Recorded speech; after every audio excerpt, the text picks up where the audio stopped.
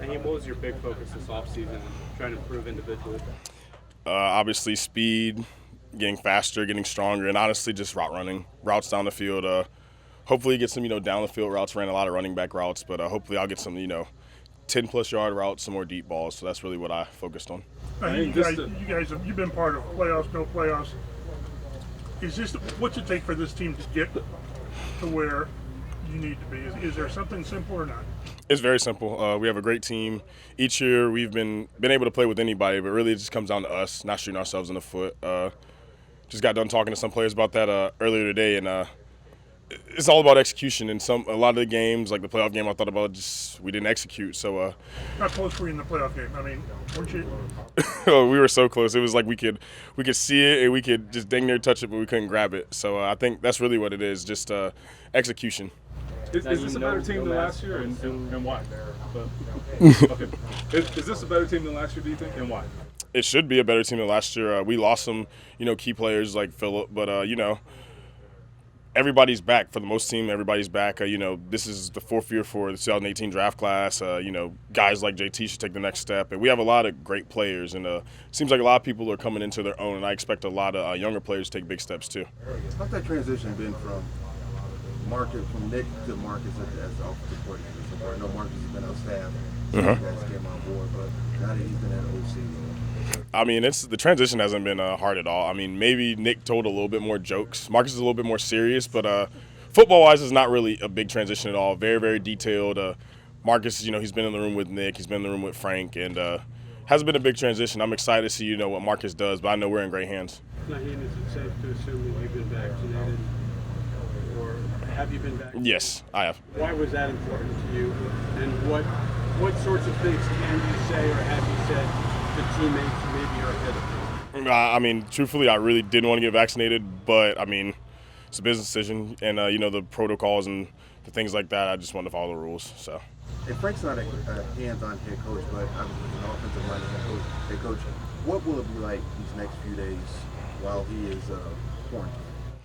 I don't think it'll be any different. First off, Frank's a really laid-back guy. He's not really a guy who's like you said, he's not hands-on. So he's always kind of back. He's very quiet. So I think it'll be okay because Frank. First off, he trusts us. This is my fourth year with Frank. Our draft class has a lot of leaders on this team. So we're gonna hold it down for Frank. We're gonna give him something excited. We're gonna give him something to be excited about when he comes back. And we know that we're losing our leader, but we have a lot of other leaders on this team, and we're gonna be asked to step up. Has your agent said anything about contract talks? No, sir, not really. That's why I have an agent. I truthfully don't want to think about that stuff. So, hopefully it comes around whenever it comes around. But I'm here to, be the best coach I can be and be a leader on this field. Having fans back, how important is that tomorrow? What's that be like? Oh, fans are gonna be back tomorrow?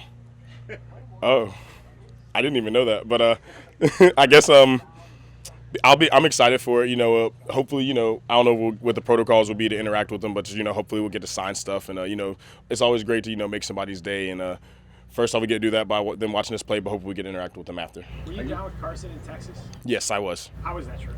It was cool. It was hot, and it was hot firstly, but it was great to just be at Carson's house, be around him some, and spend some quality time with him off the field. What's your sense of, how well have you gotten to know him yet? And I guess how much is that going to change over the next month when you guys get to work? I mean, I think I've gotten to know him pretty well. I've seen how he acts when he has a bad golf game because we both had a terrible golf day together. So that was a good thing. And I think, he's a great leader for us. He's going to help our offense take the next step with his athleticism, his mobility, and I think he's a great leader. So, are you sending a message with this? Of course. Right. Oh, you didn't know it. But... No, I had to make sure it was the right shirt. Of course, yes. For everybody, I guess. How much does the depth at the running back position, how much can that help Carson's transition as a new quarterback in this offense?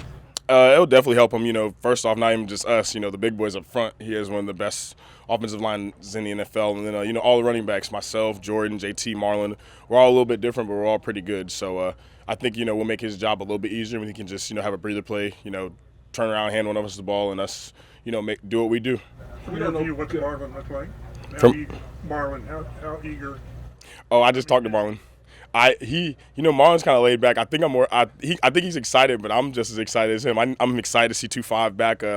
excited to watch his patience, his vision. You know, Marlon's a really, really good player, and you know, a lot of people don't give him the respect that he deserves. But I'm super excited to see him be back on the field.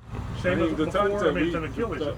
Same as before or not? I haven't seen him move yet, but from what I saw, he's good to go. So if he's good to go, I believe that. The times that we've talked to Carson, we don't know him that well, but he does seem at ease and at home and just comfortable in the situation here. Why do you think he's kind of taking so well to the pressure? Because there is some pressure when a team gives up draft picks for you, and you're the guy now, and you got big hopes on this team. Why does that mesh well with his personality? You know, I think with Carson, I think he's a lot like Frank. You know, like through the good or the bad, you never see Carson really scream or like, you know, really lose himself. And I think for Carson, I don't think he really cares about what anybody else says. I think he's internally motivated. I think he wants to go out there and be the best him. And truthfully, you know, even with us giving up draft picks, we're all NFL players. It doesn't matter what your contract is, what draft picks were given up for you, if you were drafted at all. We all put immense pressure on ourselves, and that's what makes us who we are. Nyheim, just to double back, you said you didn't want to get the vaccine, but you did. Can you explain that decision? I mean, wasn't really sure about it. Just didn't, you know, some things that I just wasn't sure about. With the research and things, and I really wasn't sure, but I thought it was the right thing to do. So, you know, my parents and sister and family talked to me about it, so it was a business decision, and you know, the rules are the rules and the protocols are the protocols, and I wanted to follow those.